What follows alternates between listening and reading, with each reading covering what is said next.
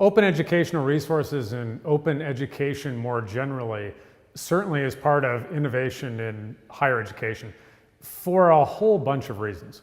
One is we can't unleash the power of the creativity in students' minds if students don't have access to the educational resources that they need to succeed. And so today in higher education, approximately 2/3 of students do not have access to the educational resources that their faculty have assigned for their courses. And if students don't have access to the resources that they need to learn, the students can't learn as well in the class. So to the extent that we want students to be part of innovation, part of the creativity, part of the energy that happens in universities, we need them to have access to the resources that have been designed for the class. So I would say that's one thing that OER helps with. Another one is even beyond the university. When universities open up their content, their degree programs, their courses, you never know who else in the public might read that material, might learn something, and might come up with the next solution to global warming or to clean water or how to build a better bridge. We're not gonna know where the talent is in society until people have access. And that's true of educational resources, and it's true of academic research. And I would say a third reason why open is so critical for innovation is when faculty get up the courage to share their content. And I say that because it's a scary thing to do.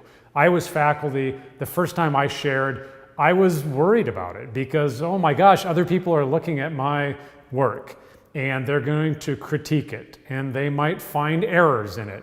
And that's a scary thing if you haven't shared before. But it's also empowering. So when I share, other people do find errors in my work. They do improve it. And that in and of itself is an innovative and creative moment. I think the way that I think. And I try to improve and I try to get better over time, but there are always smarter people than me. And there are people that have different ideas and different approaches and different ways of solving problems, and people that have different knowledge than I have. And if I want to be the best at solving particular problems, if I want to unleash the innovation of not just me, but of the broader network of people who work in the field that I work in, then the only way to really do that is for me to be open with the content that I produce, but also be open in my practices. For me to actually share my challenges, share my goals, share the project that I'm working on, because it's then when people say, oh, I have an idea, I could help with that, or I've already solved that problem, and you don't have to waste your time or money doing that.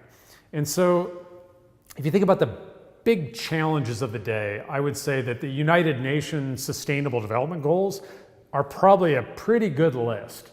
So it's education for everybody, taking poverty to zero, reducing gender inequality, making sure that everybody has clean water. These are big challenges that most of the countries of the world face.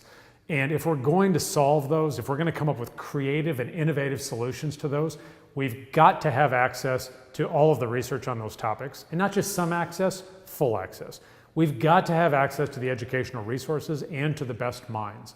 And the best way to do that is to be open in our education and in our research.